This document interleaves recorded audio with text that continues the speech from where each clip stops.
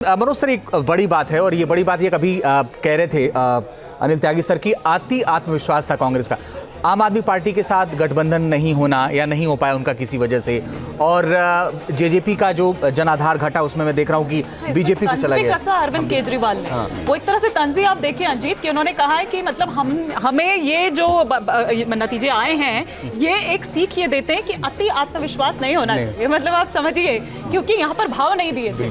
Manoj sir, नहीं, आप देखिए कि जितने भी, अगर हम आज से पहले की बात करें तो हमारे पास जो भी फीडबैक था हमारे रिपोर्टर्स का, वो यही बताता था कि वहाँ बीजेपी के अगेंस्ट वेव है।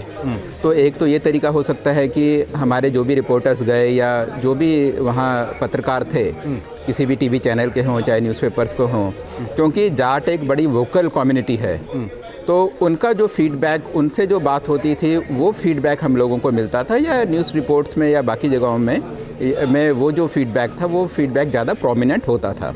तो एक चीज़ तो ये हो सकती है।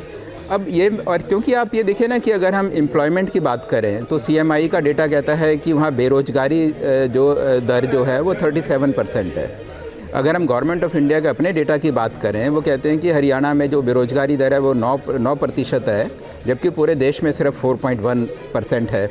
अग्निवीर की भी बात करें, मतलब कोई भी बात करता था तो अग्निवीर की बात होती थी कि अग्निवीर के कारण भी काफ़ी ज़्यादा रोष है।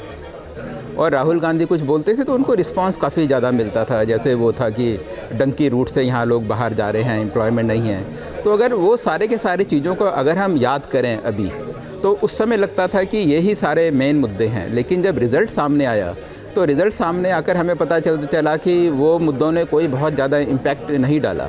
अगर उन मुद्दों ने इम्पैक्ट नहीं डाला तो इम्पैक्ट किस चीज़ ने डाला? तो हमारे सामने 2-3 चीज़ें ही देखने की हैं अभी आज की डेट में। नहीं तो फिर NK सिंह जी का कहना बिल्कुल ठीक है कि इसमें सबको बैठ के एक एनालिसिस करना पड़ेगा। तो हमारे सामने यही है कि भाई एक जाट कम्युनिटी के डर से बाकी जो नॉन जाट थे वो सब एक साथ हो गए, और जो अदर्स हैं या फिर जो बाकी पार्टीज़ हैं, BSP हो गई या जैसे लोक दल हो गए, उनके वोट परसेंटेज भी काफ़ी ठीक ठाक हैं। तो वो 6-7% ये जो वोट इनको पड़ा है, जैसे कि त्यागी जी ने कहा कि पिछली बारी ये वही परसेंटेज ऑफ वोट है कि अगर हम पिछली बारी से कंपेयर करें तो ये परसेंटेज ऑफ वोट कांग्रेस का कम हुआ है।